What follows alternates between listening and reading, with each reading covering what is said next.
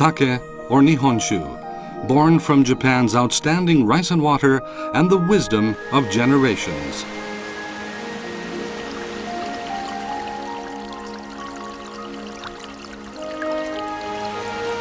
Rice is itself respected by the Japanese, and Nihonshu is a precious part of daily life and Japanese culture. Knowing Nihonshu means connecting with Japanese culture.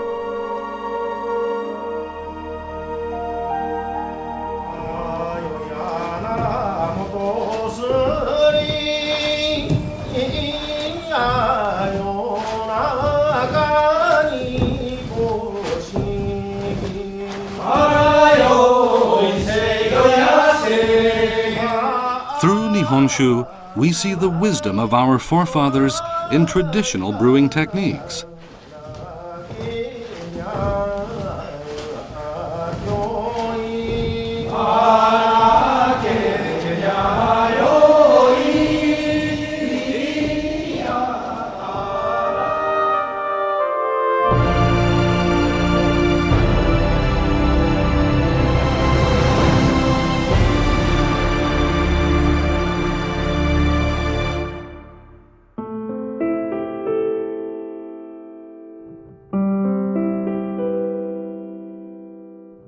A winter morning.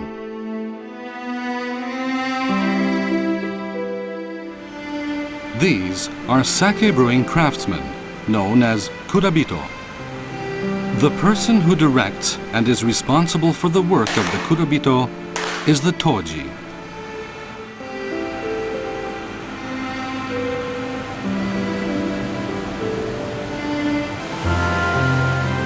Work in a sake brewery begins with steaming rice in the morning. Special sake brewing rice is steamed in a vat called a koshiki.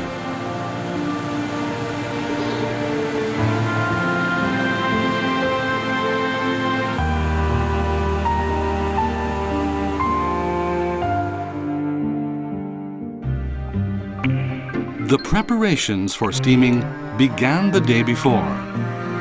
Under strict supervision of the toji, the kurabito wash the rice and allow it to absorb water.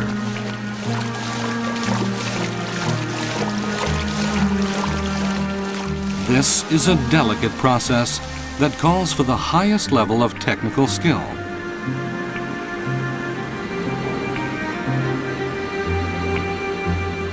Because the amount of water that the rice absorbs greatly affects the quality of the final product, the toji measures time down to the second during these steps.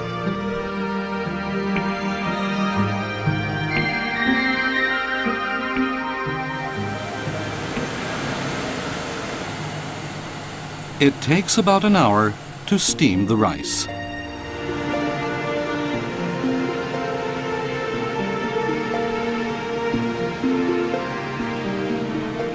Here, the condition of the steamed rice is checked by squeezing a handful of rice into a putty-like form called hinerimochi.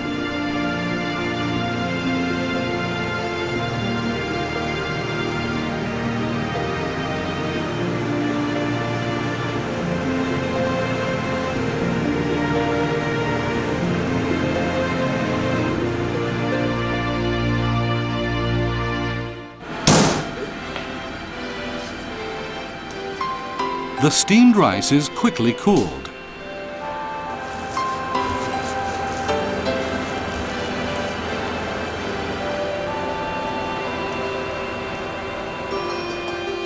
The main process of sake brewing starts here.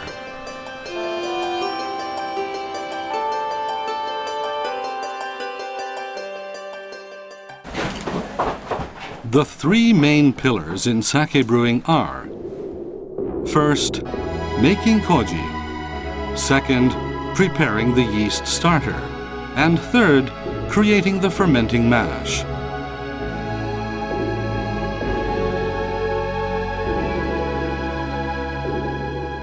The most important of these is making koji.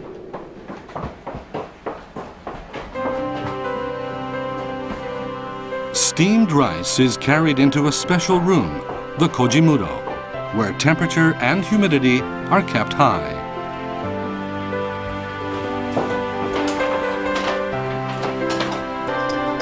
Koji mold spores are sprinkled onto the spread out rice. The rice is wrapped up in cloth and allowed to sit for a full day to let the mold propagate thoroughly.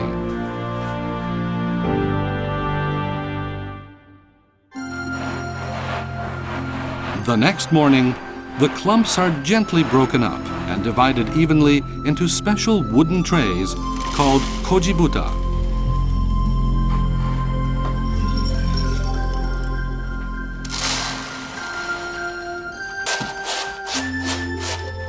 The rice is thoroughly mixed to ensure that the mold will propagate uniformly across all the rice.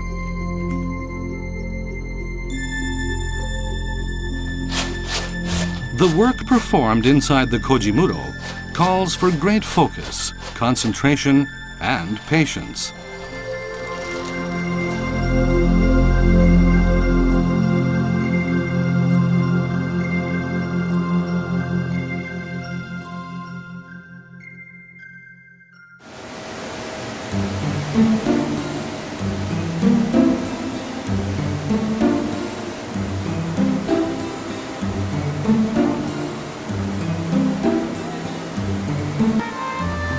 After 3 days of this careful attention, at last, the koji is ready.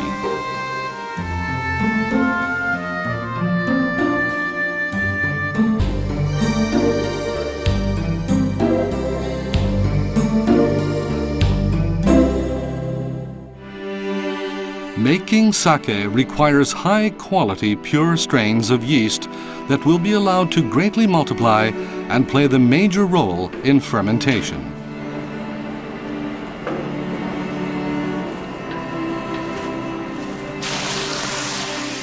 The koji, created in the last step, is added to water along with steamed rice and yeast.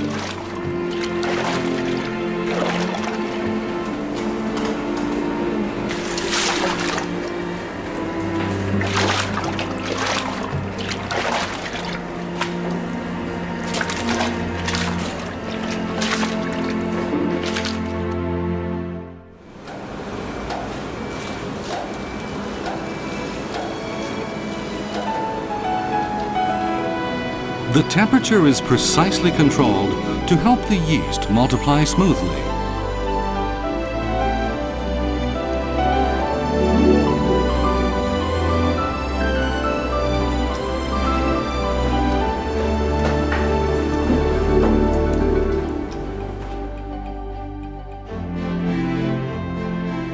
The completed yeast starter is transferred to a larger tank, and more koji, steamed rice and water are added.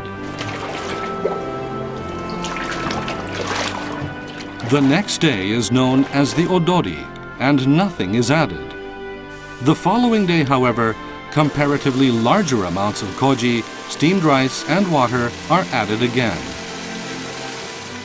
On the fourth day, still more koji, steamed rice and water are added in larger amounts that will be roughly half of the total batch.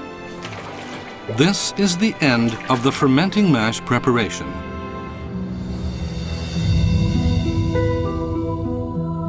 From this point on, the moromi will go through many drastic changes.